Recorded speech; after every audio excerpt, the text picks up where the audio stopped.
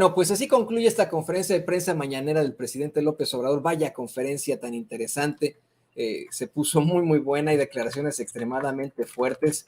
Creo que entre las que destacan, pues las que hizo el presidente sobre Lorenzo Córdoba, estuvieron durísimas, durísimas, durísimas. Miren, Lorenzo Córdoba plantea a Dalila Escobar, le dijo a la revista Proceso que le quedan pocas semanas como consejero presidente y que tan pronto eso ocurra, podría ser perseguido por su gobierno.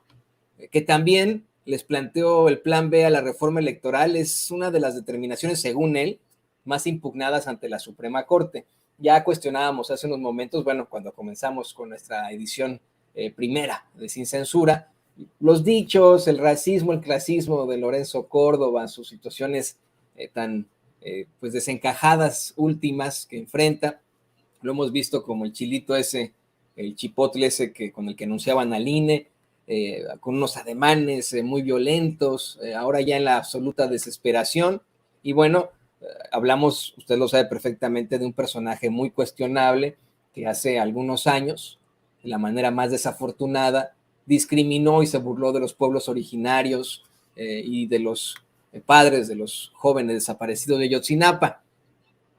Eso ya ocurrió hace algún tiempo, y pues de ahí para adelante ha sido escándalo tras escándalo, no al nivel de Sandra Cuevas tampoco, no vamos a ser honestos en eso, no al nivel de su señoría, la excelentísima alcaldesa Sandra Cuevas, duquesa prianredista del reino de Cuauhtémoc, no, pero ha tenido una serie de escándalos, y lo peor de todo es que siendo el supuesto principal árbitro electoral como presidente consejero del INE, siendo él el personaje que tendría que ser el más imparcial de todos, es el que es el menos imparcial de todos.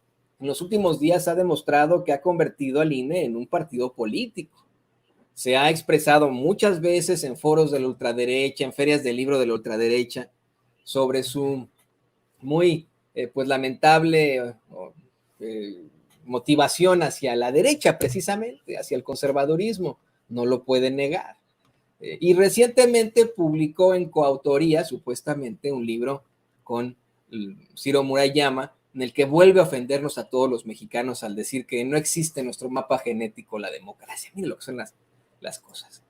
Bueno, pues hoy el presidente le puso una repasada luego de que Dalila Escobar, como de costumbre, de tentar el micrófono durante un largo tiempo. Solamente 3 compañeros pudieron hacer preguntas hoy. Dalila, un compañero de San Luis Potosí, y Eduardo Esquivel Ancona, ¿no? Omar Niño de San Luis Potosí y Eduardo Esquivel Ancona. Pero Dalila Escobar, de verdad, se llevó más de una hora haciendo planteamiento tras planteamiento tras planteamiento. Es como si de pronto la conferencia se convirtiera en las preguntas de Dalila. Pues no, ¿verdad?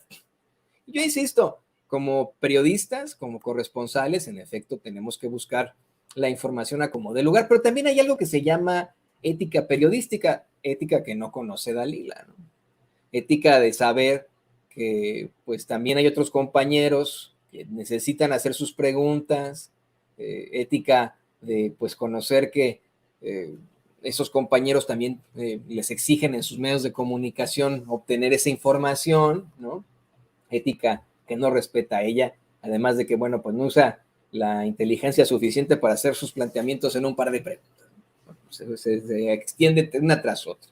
Y ahora al hacerle este planteamiento, como si se tratara de la vocera del INE, como si se tratara de la vocera de Lorenzo Córdoba, el presidente le comenta pues que él no tiene problema con Lorenzo Córdoba y que por supuesto que no lo van a perseguir cuando deje su cargo en unos meses, que simple y sencillamente es lo que es. Dice, Lorenzo Córdoba es un servidor público sin principios ni ideales, un farsante, pero no es el más malo de ese grupo. Advierte, imagínense, el presidente López Obrador dice, a pesar de que es un tipejo, ¿no? De la más baja calaña, no es el más malo de ese grupo de conservadores. Dice que hay otros peores, pero que en el caso de Lorenzo Córdoba lo lamenta muchísimo porque conoció a su papá. Su papá fue el gran constitucionalista, el también luchador por los derechos civiles, Arnaldo Córdoba. Mire, yo, a diferencia de David Páramo, que dice haber estudiado en la Septiembre, bueno, tuvo que haber sido así, ¿eh? que David Páramo estudió en la Septién porque su papá fue un gran maestro de esa escuela, lingüista, fue director de su escuela, su hermano Gabriel, bueno, su papá es José Alfredo Páramo, me dio clases a mí, yo lo recuerdo con mucho cariño al papá, también me dio clases Gabriel, ¿no? Ellos sí son pues catedráticos de esa universidad, pero pues de eso a que se haya titulado hay un abismo muy grande, ¿no? Eso me llama mucho la atención. Mire, me estuvieron ahí mandando mensajes este fin de semana, ya pasaron a chingar a Toño porque David Páramo dijo que estudió en la Septién, ni siquiera escribió bien el nombre, le escribió con M, sin acento, ¿no? Pero pues no se tituló, y en el caso de David, hay muchos de la Septién. O sea, no significa que ya todos en la Septién seamos malos porque David Páramo estudió ahí, pues no, ahí puede estudiar quien pasa el examen, pues, ¿no? O sea, así de sencillo, pues, esa es la realidad. Y mire, en muchas universidades han tenido personajes muy despreciables. De Harvard han salido asesinos seriales y terroristas como el Luna Bomber, del que hablábamos hace un par de horas al plantearle sobre esta prisión en la que estaba el Luna Bomber, pero ya no. ADX Florence. Pero bueno, pues sí, en efecto, David Páramo puede ser y hacer lo que quiera, ¿no? Él no se tituló y no tiene nada que ver con los que sí nos titulamos en nuestra universidad, en la Carlos Septién, ¿no? A diferencia de David Páramo, yo sí me titulé en la Carlos Septién, pero donde no me titulé fue en mi carrera de abogado. Terminé la carrera, pero no conseguí titularme, ¿no? Eso lo acepto, ¿no? Como abogado, esa fue mi segunda carrera, no me he titulado, se cruzó la pandemia y pues ya estuvo muy difícil hacer los trámites entre México, entre Estados Unidos y México, porque estudié la parte de la carrera a distancia ya, parte la hice allá en Atizapán, Estado de México, parte acá, ¿no? Pero bueno, a diferencia de la de David Páramo, pues sí me titulé en periodismo, pero no en derecho. Y me acuerdo mucho estando en la carrera en derecho que llevamos muchas intervenciones y análisis de esas intervenciones del gran Arnaldo Córdoba. Arnaldo Córdoba pasará a la historia como uno de los mayores luchadores por la democracia, no así su hijo, Lorenzo Córdoba. No, es que no. Y el presidente pone un ejemplo muy ilustrativo del caso, el ejemplo de Juan Nepomuceno Almonte, el hijo de Morelos. Juan Nepomuceno Almonte es uno de los conservadores que va al castillo de Miramar, ahí en Europa, en Italia, a tratar de convencer, que era la residencia de verano de Maximiliano de Habsburgo, pero a tratar de convencer a Maximiliano que se vaya a México y que se convierta en emperador máximo, ¿no? De los mexicanos. En la pintura no lo ponen a él, asumimos que es por el racismo inherente que existe entre todos estos conservadores hijos de su mal dormir, ¿no? Porque Juan Nepomuceno Almonte, pues era moreno como yo, ¿no? Tenía rasgos indígenas como muchos de nosotros mexicanos, nos imaginamos que por eso no aparece en la pintura que hacen este infame, ¿no? De este encuentro, pero de que fue, y de que fue uno de los conservadores más recalcitrantes y asquerosos en tiempos de Juárez, esa también. Muy distinto a su papá, el siervo de la nación, José María Morelos y Pavón, cuando le trataban de decirle a él, Su Alteza Serenísima, me decía, no, ¿qué te pasa? Cuidado, yo no tengo ningún título, yo no soy más que tú, yo soy un servidor de la nación, yo soy el siervo de la nación. Así decía José María Morelos y Pavón, completamente distinto a su hijo. Él era sacerdote y pues obviamente por la época no reconoció abiertamente a Juan Nepomuceno Almonte, pero de que lo quería y lo amó como hasta el último momento, eso es una realidad. A quien le manda, cuando van a ejecutar a Morelos, a quien le manda su última carta de despedida es a su hijo, a Juan Nepomuceno Almonte, ¿no? Y le dice que no se vaya a vengar y etcétera, ¿no? Situaciones ahí muy, muy interesantes, pero siempre en lo familiar siempre lo quiso, lo reconoció, oficialmente no, porque era sacerdote, ya sabe, imagínese usted, ¿no? Siglo XIX, principio del siglo XIX, ya le cuento yo cómo estaba la cosa. Y le digo, es muy triste que esa historia se repita una y otra vez. Así ha pasado una y otra vez. Han habido grandes hombres y mujeres y sus hijos no valen, pero mire, para ni una chingada. El caso de Lorenzo Córdoba es ese, ¿no? Un personaje gracias a su papá, un ahora apellido de alto pedorraje, viene de una familia con el sartén por el mango, ¿no? En cuanto a la política y etcétera.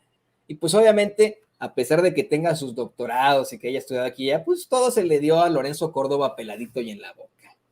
Y además quedó exhibido este fin de semana, luego de que el Carmen Aristegui lo defendiera a él y a Ciro Murayama, quedó exhibido cómo es que pues termina siendo pues un tipejo, ¿no? Y cómo es que llega a encumbrarse precisamente gracias a Carmen Aristegui, ¿no?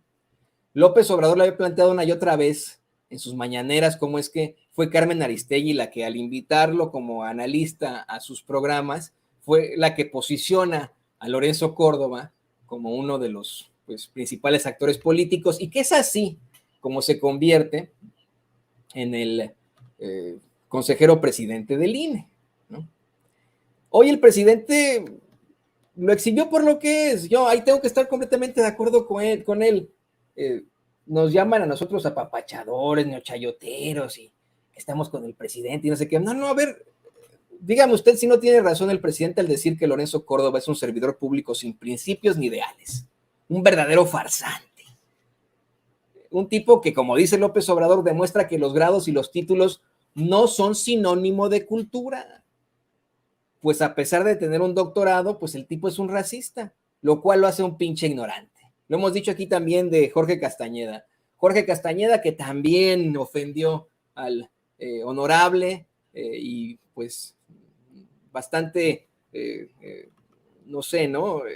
Orgulloso pueblo de Putla, de donde es originario Macedonio Alcalá, el creador del himno no oficial de Oaxaca, Dios nunca muere, ¿no? O sea, qué doloroso, ¿no? Ese otro pendejo tiene una serie de títulos y de doctorados y escribe en el New York Times y tiene una cátedra en la Universidad de Nueva York, Jorge Castañeda, pero todo eso se va a la chingada en el momento en el que es un racista. Los racistas son ignorantes de inmediato. Un racista inmediatamente es un pendejo. Para pronto, ¿no? Esa es la realidad. Sí, no les guste o no, pues esa es la realidad. Lo mismo con Lorenzo Córdoba. Demuestra que pues, no se puede confundir el nivel académico con la cultura. No, yo no sé quién no puede estar de acuerdo con eso, con López Obrador, ¿no? Lo dice bien el presidente. Hay gente con doctorado muy ignorante, como Lorenzo Córdoba. Y dice, pues que lamenta mucho su situación, pero que este tipo no debe caer en la autocomplacencia, ahora que se va ya, ¿no? Pues del Instituto Nacional Electoral. Dalila le insiste, ¿no? Si hubo algún punto de inflexión con el INE, entre, vamos, el presidente y el INE, específicamente con Lorenzo Córdoba, el presidente, no, para nada. El INE lleva mucho tiempo tomado por el bloque conservador, dice el presidente López Obrador, y por eso se oponen al plan B, a la reforma electoral, el cual pues simple y sencillamente busca que no gasten tanto y no tengan tantos privilegios, y que así como estaban con lo del INE no se toca, insiste en esto, en que ahora están con el García Luna no se toca, ¿no? Así de fuerte y así de claro lo dejó ahí el presidente López Obrador. Y bueno, le pido al equipo que por favor nos grabe. Mire, ya se está uniendo esta transmisión el queridísimo Alejandro Coronado, a quien